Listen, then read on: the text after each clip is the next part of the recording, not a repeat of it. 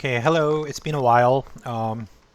I hope you had a nice summer, and I believe you must be busy with micro and macro. So I prepared something refreshing to you, econometrics, not the prelim exam. Okay, so in the past month, I have been resting, and yesterday I finished watching the first series of Marvel Universe. Like yesterday, I watched Endgame, Avengers Endgame. It was very fun. I recommend you to watch them. If you haven't, I recommend you to watch them after the prelims. Okay. So anyhow, take some break from your micro macro studies and enjoy econometrics for a few more minutes.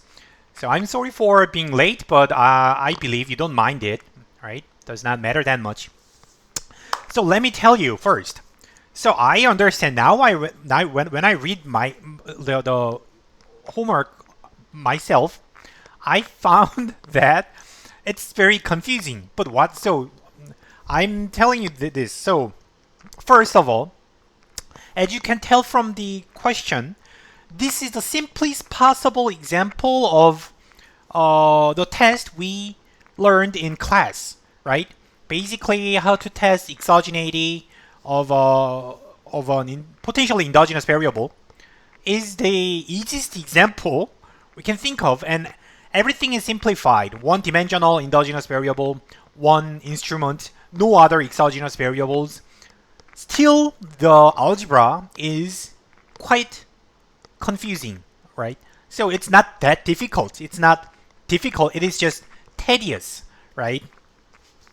So, so I made this question last year or a few years ago, and I realized students do not know how to do it. So at first, the question was pretty short. Just give the problem and say derive the wild statistic, and then nobody could solve it.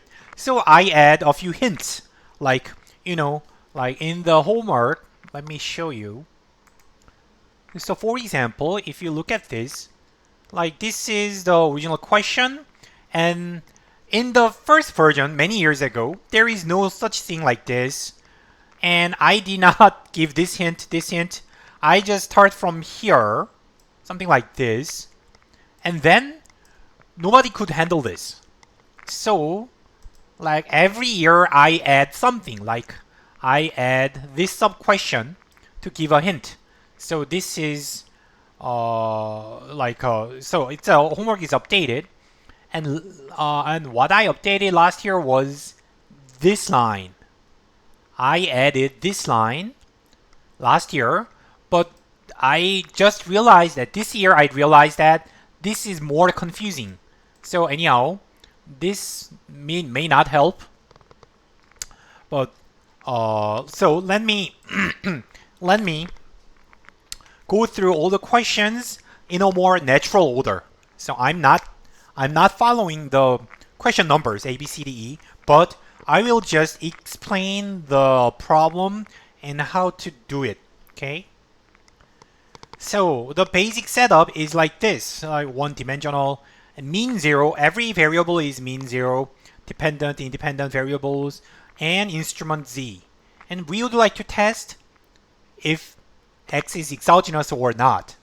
And I assume extremely the basic, standard, and simplified version. All variables are mean zero, there is no intercept, and homoscedasticity to simplify the variance, full rank assumption satisfied, relevance assumption satisfied. So everything is nice. You just need to test it, right? This is the best possible and simplest possible example. And I gave you a notation which will be useful in your algebra, right? Let me see. So I will start from question C. The unrestricted model does not utilize the null hypothesis as an assumption, so it only uses the instrument as an exogenous variable. So this is the only exogeneity assumption which you are going to use in the estimation, right? So this is the single moment function. So moment function should be defined this way. It should be a function of unknown parameter and observed variables. So G subscript unrestricted, U stands for unrestricted, and ith observation like this. And then what we want is its expectation. This function's expectation is 0 when beta is the true parameter beta 0, right? This is our notation. And then based on this moment function, we can define the sample Gmm criterion function like this, right? By the way, what's important here is summation is going inside here. So there are two averages. Average of something, average of moment function, times weight times average. So if you average once for everything, that is wrong. That is not GMM, right? So many of you have mistaken this.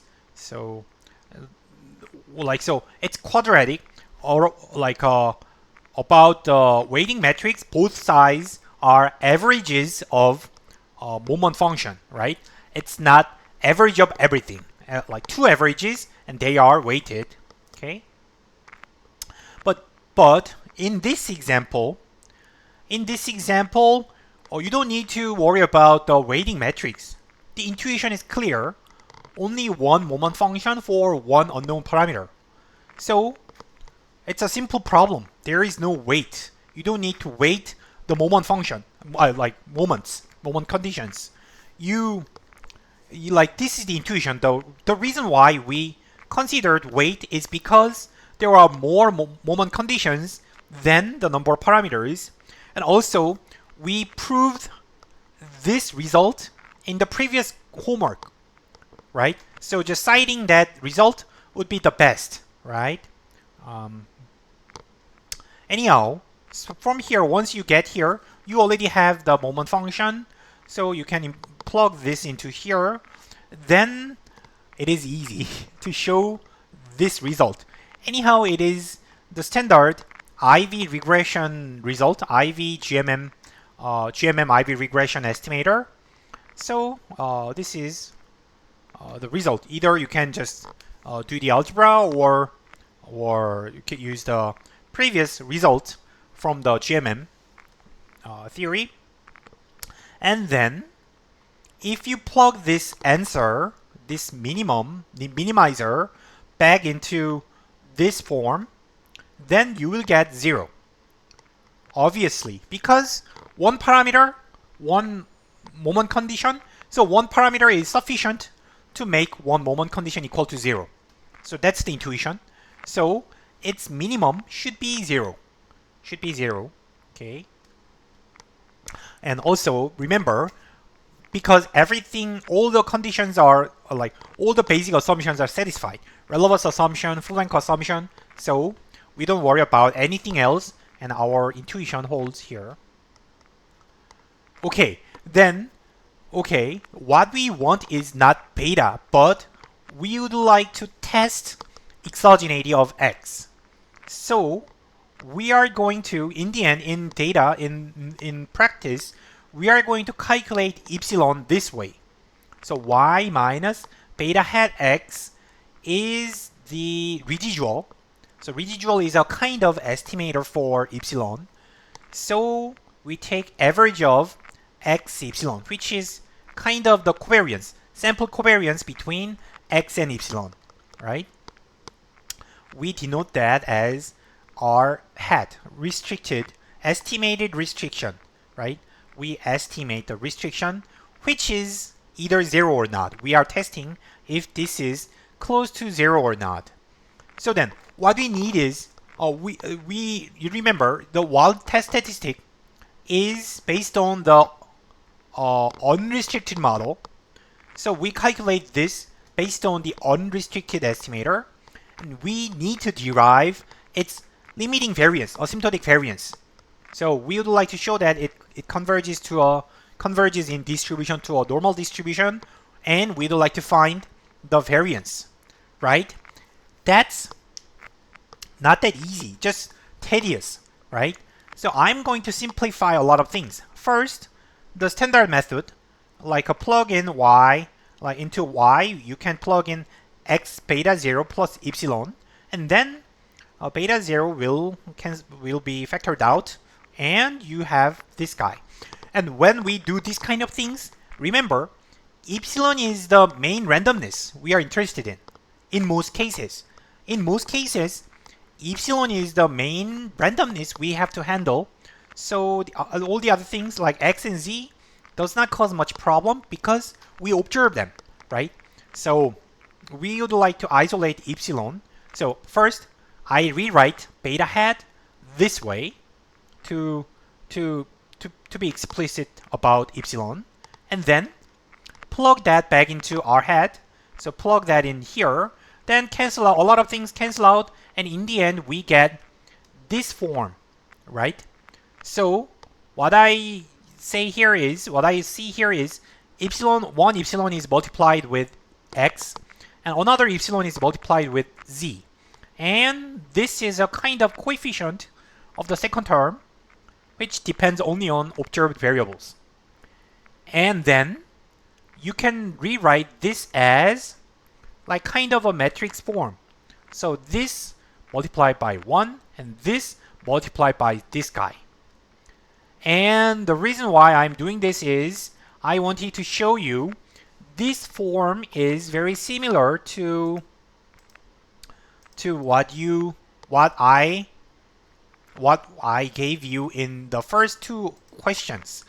In part B, I express average of x epsilon and average of z epsilon times multiplied by something, and this something is these guys.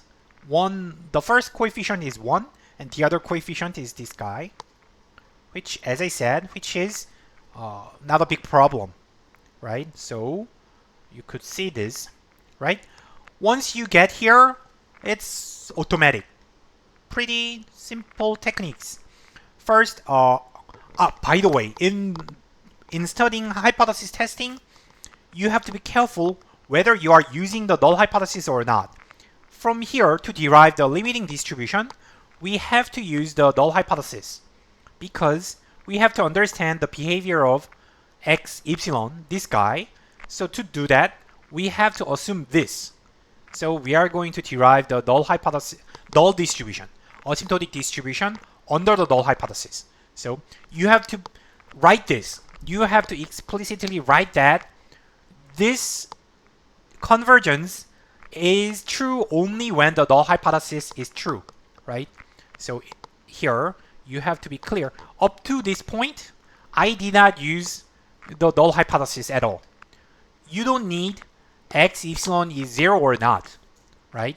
But here, in this convergence, you need it.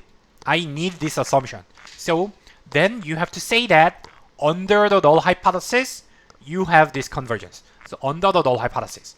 This is a minor but important statement. Anyhow, so then the CLT is pretty standard, pretty simple, and the variance matrix is given by this, right? Using our notation, you can simplify like this. Of course, sigma squared based on the homoscedasticity assumption and our notation. Okay, I believe still it's pretty simple. And then what I'm going to do is I multiply square root n and then multiply the coefficients. And so we know that this guy converges to a normal distribution and this guy converges to a constant. Converges in probability to a constant, converges in distribution to a normal distribution. So you can apply the Slutsky theorem, right? By the way, to prove that this part converges to a constant, it is easy. The limit should be this guy. And you can prove that using the weak law of large number plus continuous mapping theorem. So something divided by something is continuous function. So you may invoke these two theorems to get this convergence in probability. But anyhow, it's also straightforward. And then you know how to handle this. So normal distribution times something, we'll have variance like this. This is our variance, and a variance for r hat, asymptotic variance for r hat, and here tedious algebra. I did it by hand, so it may be wrong, but I got this. This is the variance. This is the variance, limiting variance of square root n times r hat, right? So this means r hat is, remember, r hat is the estimated restriction. We want to test if it is 0 or not. And this variance shows that how much error there is. So if the variance is large, it can be far from 0 by random error. So we are going to use that variance. So under the null hypothesis, r hat should be close to 0 and the variance should be v. So under the null hypothesis, we are going to construct the wild test statistic this way. So n is just square root n and r hat minus 0. So r hat should be close to 0. So the difference between r hat and 0 is standardized by the variance, inverse, of course. So this is how we do it. And you know, v hat is simply calculated this way, right? So just replace sigma with sigma hat, axx with a hat xx, that way. And also r hat can be written in this way, right? So the difference here is, previously I wrote r as a function of epsilon. I wanted to, earlier I derived r hat as a combination of x epsilon and z epsilon. But now here I am writing this as xy and zy, because earlier I wanted to analytically derive the limiting distribution. So it's theoretical derivation, but now here it's computation. So you don't know epsilon. So here r hat should be a function of observations. So I only use x and z, x, z, y. Okay. So also like that, v should be calculated based on observed x and z. And I'll plug them into this form. R hat squared divided by this guy. And then it's also another annoying algebra, but not that difficult. It is just simple, division and squared. So I believe it's just a matter of time and you will get the solution. Anyhow, I gave you the answer. I believe this is correct. I found this is correct. This is what I did. So you may just use this as a target of the final result. The result of the algebra is fixed. So if you had a error, that's your problem. Okay.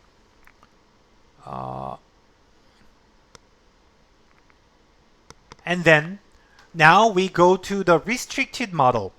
If you think about two moment conditions, I'm taking the null hypothesis as an assumption itself, right? So x and z are both exogenous variables. So our moment conditions are with respect to x and z. These two moment conditions, two exogeneity conditions gave us two moment functions. And now weighting matrix matters because two moment functions for only one parameter. We have more than enough moment functions, so we need to consider optimal weighting matrix. Optimal weighting matrix is proportional to the variance inverse, variance of the moment function at the true parameter value, right? And then if you do some math, it's also easy to calculate, and then you will find its inverse is the weighting matrix. So this is the standard approach without taking any shortcut, right? But if you take one shortcut, you can drop sigma squared here because it is a constant, does not matter in the minimization problem. So you may ignore that, and the sample Gmm criterion function can be written in this way. Of course, G hat R is sample average of this guy. I should have defined the notation, but anyhow, it's not a big problem. And then this part is the worst algebra in this homework. You can expand all of them. I should have written Q hat, excuse me. Q hat, if you expand Q hat, you will get kind of this quadratic function of beta. Beta squared times something beta plus something, right? And based on this, like using this quadratic form, finding the minimum is easy, However, this is, as I said, this is the correct. It is correct, but I did not take any shortcut. This is literally the full approach without skipping anything. But we can take some shortcut. Like we learned in a previous homework, we learned that when the regressor is exogenous, additional instrument does not help. Is useless. The resulting estimator will be equivalent to the OLS, even if you use more instruments. So that means the restricted estimator should be OLS like this, and that means this OLS will satisfy, the first moment condition, because that's how OLS is defined. OLS is designed to satisfy the first moment condition. And then, that means when you calculate the minimum, you don't need to worry about what minimizes the criterion function. You don't need to worry about calculating the minimum because the first part is 0. This will simplify your algebra a lot, right? So this will be a more clever way to calculate the moment condition. So here, the problem becomes more complicated because we are not just interested in the estimator, but we are interested in the other moment condition too, right? If you're just estimating beta, that's what we did in homework 4. You don't need to use any other instrument because X itself is exogenous. Then your result will be OLS. That is the end of the estimation. But now, what we are doing is, we are checking if both conditions are satisfied or not. So, we have to worry about the other moment condition, even if we don't use it in our estimator. But we are still calculating that, and you take the first moment equal to 0, then we will calculate how close to 0 or not. Right? That is basic idea of our hypothesis test. We are going to test how close to 0 this guy is.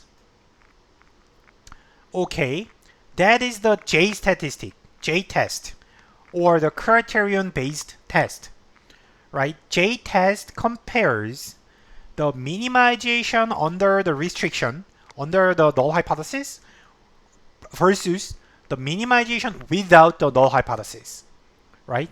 Compare the differences. But in our specific case, we know that unrestricted minimization will become 0. Right? Minimum will be 0 because one parameter will make one moment condition 0. However, this side, the restricted minimum, will be different from 0 and should be larger than 0. Okay. So anyhow, but good thing is it disappears, so we only worry about this part. And when we learned the criterion-based test, the standardization is not standard. That was a potential problem. But in this case, if you do the algebra, if you do this algebra, then what you can find is the final form is the same as the wild test statistic up to the sigma squared. So we deleted sigma squared from our weighting matrix. So this is the only difference.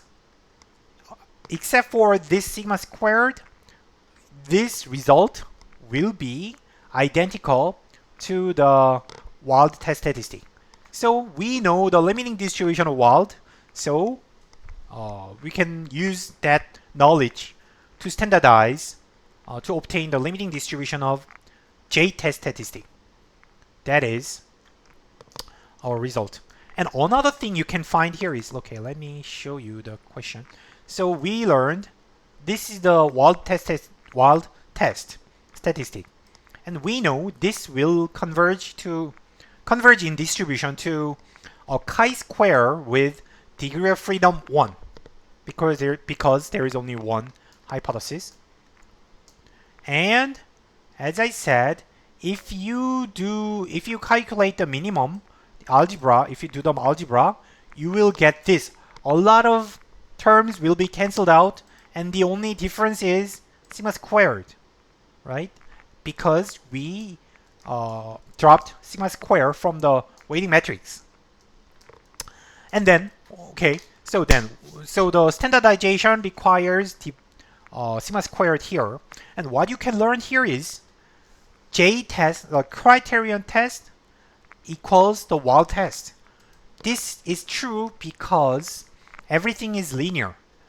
In deriving the limiting distribution, we did not do any linear approximation. There was no approximation. We could write everything in a linear form like this. This already shows that this is linear in the main randomness, right? Linear. So everything is linear. So the test, wild test, criterion-based test can be written as the linear form without any approximation. So that's why two test statistics are equivalent. If something was nonlinear, then the story would be different. Okay, so that's a minor thing to note. Finally, Hausman test. Hausman test is based on the difference between restricted estimator and unrestricted estimator. And under the null hypothesis again, I'm assuming null hypothesis, then we know we can write this way.